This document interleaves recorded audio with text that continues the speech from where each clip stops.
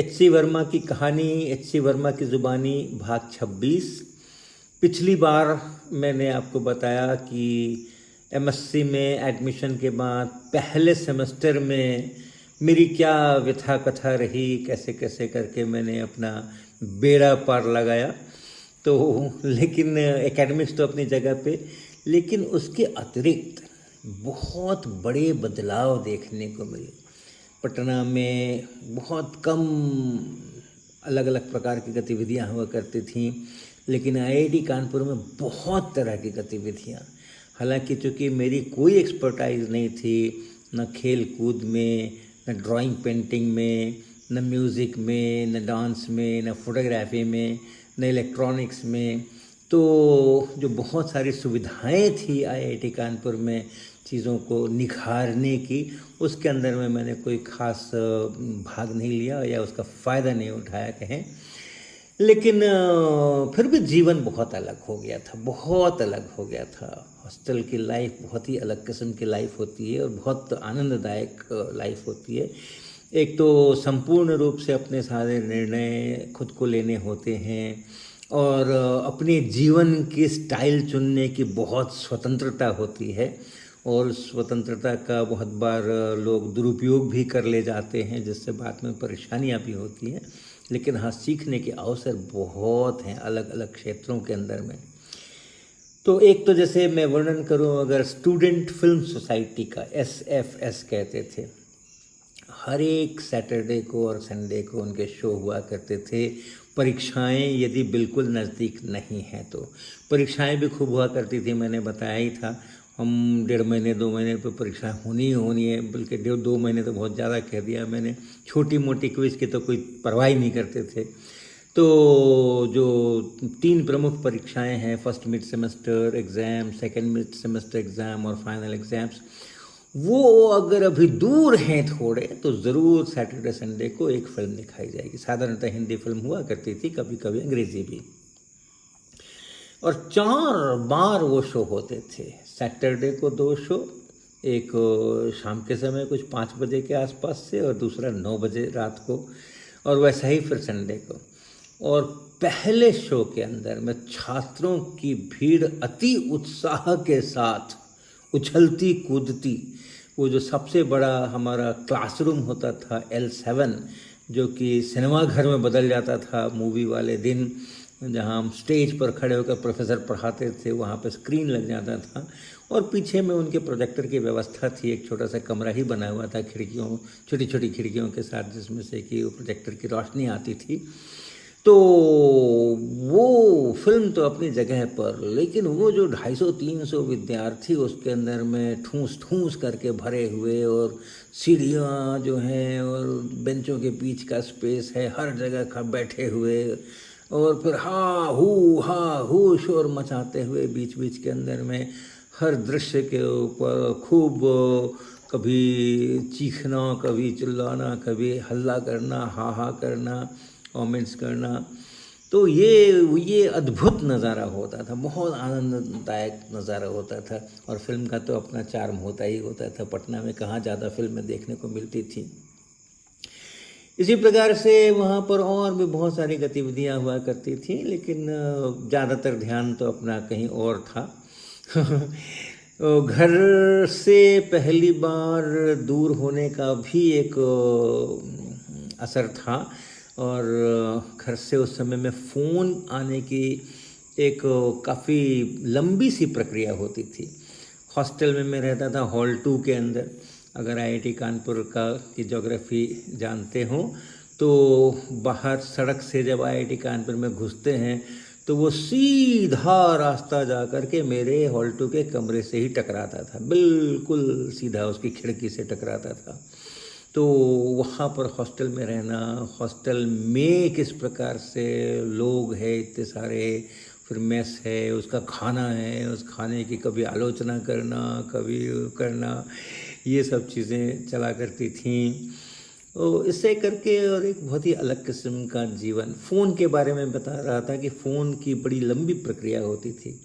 घर से फ़ोन अगर आना है किसी का तो हॉस्टल के ऑफिस के फ़ोन पर आता था, क्योंकि सेल फोन और अपना पर्सनल फ़ोन ये सब तो कल्पना में भी नहीं था।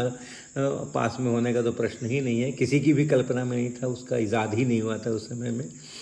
तो हॉस्टल के ऑफिस में फ़ोन आता था, और चूँकि हॉस्टल में इतने विद्यार्थी हैं तो हमेशा किसी न किसी का तो फ़ोन आएगा ही आएगा, शाम के समय में, रात के समय में।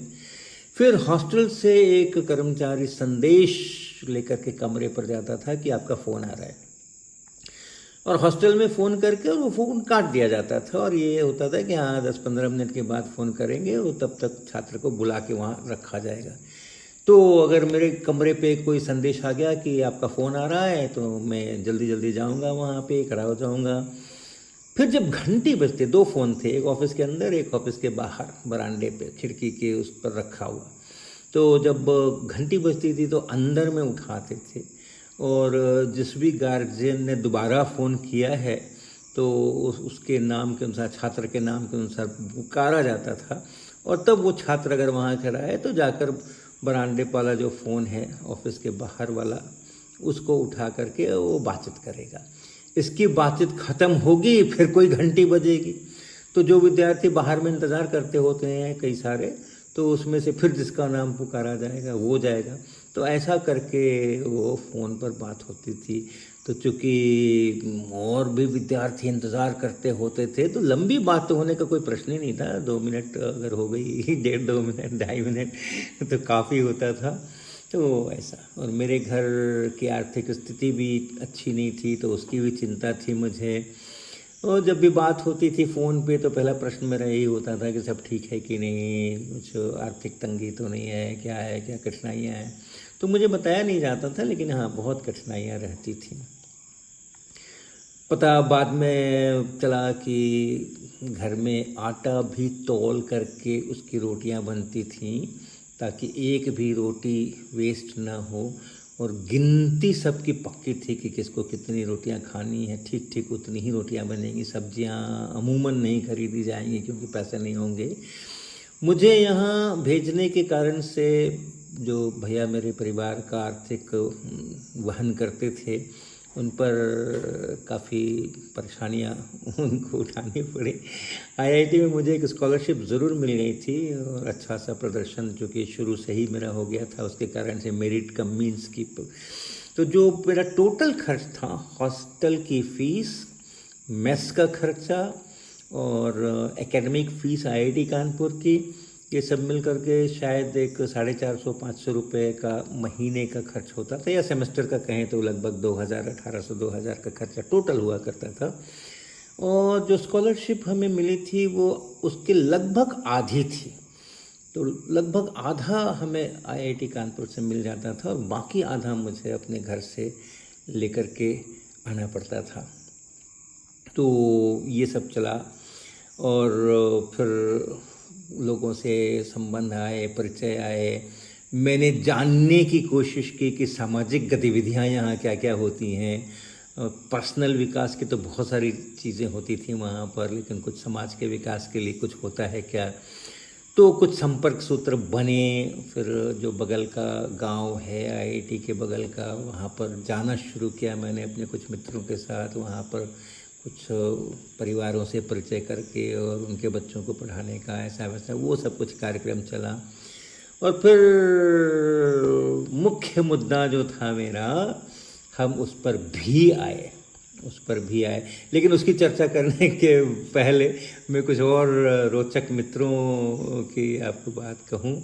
हमारे एक मित्र होते थे, हरीश भट्ट नाम था, राजस्थान के मित्र, यानी हमारे क्लासमेट, उसी 15 में से एक। वो बहुत ही रोचक व्यक्तित्व था वो। एक तो जब उन्होंने एडमिशन लिया था एमएससी में, तो हॉल 2 में तो सभी को रखा गया था, उनको भी रखा गया था। 2-2 लोग हम लोग रहते थे, डबल सीटेड रूम्स वहाँ पर होते हैं। तो उसके साथ में जित सिन्हा जी थे। जित सिन्हा जी का नाम मैंने पिछली बार बताया था आपको। तो हरीश भट्ट जी के साथ में वो उस कमरे को शेयर करते थे। अब हरीश भट्ट उस समय में कोई भी पका हुआ खाना नहीं खाते थे, यानी चूल्हे पर चढ़ा हुआ खाना नहीं खाते थे वो। और यहाँ तो चूल्हे पर चढ़ा हुआ ही खाना मिलेगा उनको। तो वो अपना उन्होंने पता चला कि कई वर्षों से 5-6 वर्षों से उनके परिवार में और पका हुआ खाना नहीं खाया जाता था। कुछ स्वास्थ्य संबंधी कारणों से उनके जो वैद्य जी थे उन्होंने यही सलाह दी थी कि सभी लोग कच्चा खाना खाएंगे।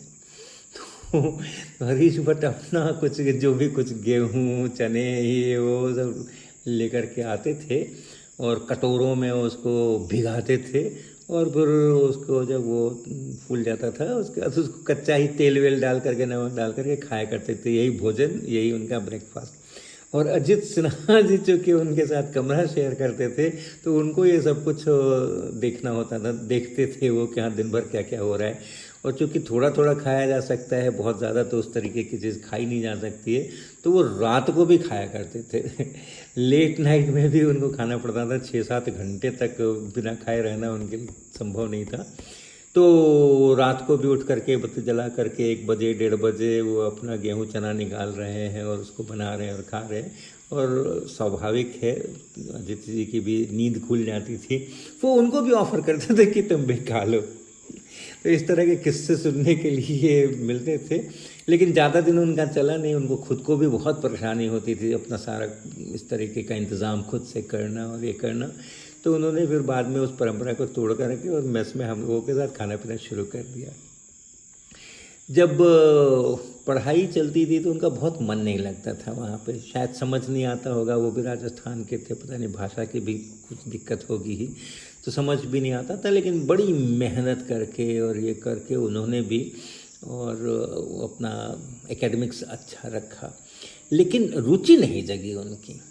और मुझे याद है पहले सेमेस्टर का जब फाइनल एग्जामिनेशन होना था तो हॉस्टल से निकले तो जितनी उस सेमेस्टर से संबंधित नोटबुक्स थीं, जितने भी उन्होंने कॉपियाँ भरी थीं, जितने भी असाइनमेंट के शीट मिले थे प्रिंट होकर के, जो कुछ भी था उस सेमेस्टर से संबंधित, वो सारे पन्ने, वो सारे कॉपियाँ उन्होंने उठा ली हाथ में। इम्तहान जिस दिन है, जिस पेपर का, उस पेपर से संबंधित 4 अगर विषय थे जिनके इम्तहान होने हैं, तो जिस दिन जिस विषय का इम्तहान है उससे संबंधित जितने भी असाइनमेंट के पेपर्स थे या उनके अपने नोट्स थे, जो कुछ भी था, वो सब वो हाथ में उठा करके तब अपने हॉस्टल से निकला करते थे। और हम लोग साथ ही चलते थे, मित्र लोग हॉस्टल से। तो रास्ते में जितने पेड़ मिलते थे या और कहीं कुछ जगह मिलती थी, तो हर एक के ऊपर एक एक अपना नोटबुक या असाइनमेंट का शीट वो रखते जाते थे कि अब इसका काम ख़त्म हो गया, अब इसका काम ख़त्म हो गया। और एग्ज़ामिनेशन हॉल तक पहुंचते पहुंचते उनके हाथ खाली हो जाते थे। मुक्ति मिली, इस पेपर की सभी चीज़ों से मुक्ति मिल रही है आज। इसका वो सेलिब्रेशन था कि वो सब पेड़ पौधों को समर्पित किया करते थे अपने भारी भारी फिज़िक्स के नोट्स। ऐसे ही और बहुत सारे हमारे जो मित्र थे, सबकी अपनी अपनी खासियतें थीं। वो अच्छा, बहुत बढ़िया जीवन वहाँ पर बहुत बढ़िया गुजरा। मुख्य मुद्दे की जो बात कर रहा था मैं, कि आपको याद है कि पटना से चलते समय राम लखन यादव से मैंने ये वादा किया था कि मैं कानपुर जा कर के और फिर से जो हमारी इमरजेंसी लगी है और ये सब हुआ है, तो उसके संदर्भ में कहीं ना कहीं पे कुछ ना कुछ सक्रियता करूँगा। तो वो मेरा मुख्य मुद्दा था अपने पढ़ाई के साथ साथ। और उसकी तलाश में मैं लगा कि कैसे करूँ, कहाँ करूँ, लोग कहाँ हैं, उनसे संपर्क खोजना, ये वो, तो वही सब काम चला। सफलता भी मिली और उस काम को भी मैंने आगे बढ़ाया। उसकी चर्चा फिर अगली बार।